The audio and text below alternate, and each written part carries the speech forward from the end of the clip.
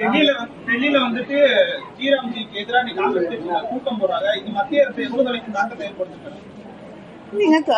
இது மிகப்பெரிய அளவுல நாடு முழுவதும் இருக்கக்கூடிய கிராமப்புறங்களிலே வசிக்கக்கூடிய வேலை பார்த்து கொண்டிருக்கக்கூடிய மக்களுக்காக கொண்டு வரப்பட்ட திட்டம் தான் அந்த 100 நாள் வேலை வாய்ப்பு என்று நாம் சொல்லக்கூடிய கிராமப்புற வேலை உறுதி திட்டம் என்பது அவர்களுக்காக கொண்டு வரப்பட்ட திட்டம்.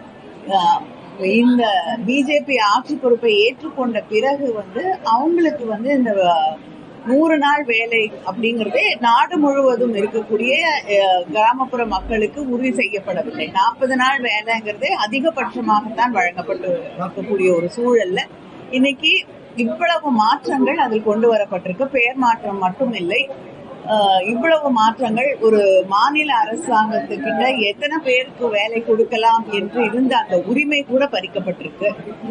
அது மட்டும் இல்லாம முழுமையாக அந்த ஊதியத்தை ஒன்றிய அரசாங்கம் தான் வழங்கி கொண்டிருக்கக்கூடிய நிலையில இப்பொழுது 60-40 அப்படின்னு அதையும் பகிர்ந்து கொள்ள வேண்டும்.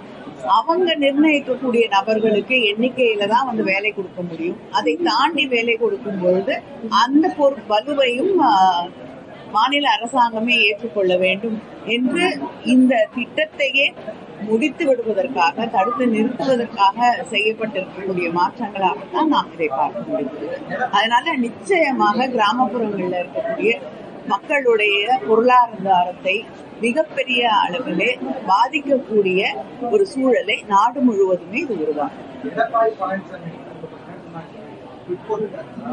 முதல்வர் ஸ்டாலினோட மேடை ஏற நேருக்கு விவாதிக்கிறாங்க. எங்க ஆட்சியில என்ன நடந்துச்சு, அவங்க ஆட்சியில என்ன நடந்துச்சு சொல்றீங்க.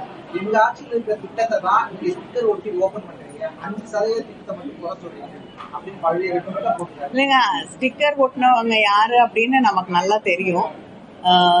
நான் உலகம் முழுவதும் ஸ்டிக்கர் ஒட்டி பெருமை பெற்றவர் தான் திரு எடப்பாடி பழனிசாமி அவர்கள். முதலமைச்சருக்கு இருக்கக்கூடிய வேலை பளுவுல இவரோடெல்லாம் விவாதிச்சுட்டு இருக்க முடியாது. கட்சியில எத்தனையோ பேர் இருக்காங்க, யார் வேணாலும் அவரோட விவாதிக்க தயாராக இருப்பார்கள். அவங்களோட விவாதிக்கட்டும். அதெல்லாம் தாண்டி சில கேள்விகள் இருந்தால் முதலமைச்சர் நிச்சயமாக பதில் அளிப்பார்.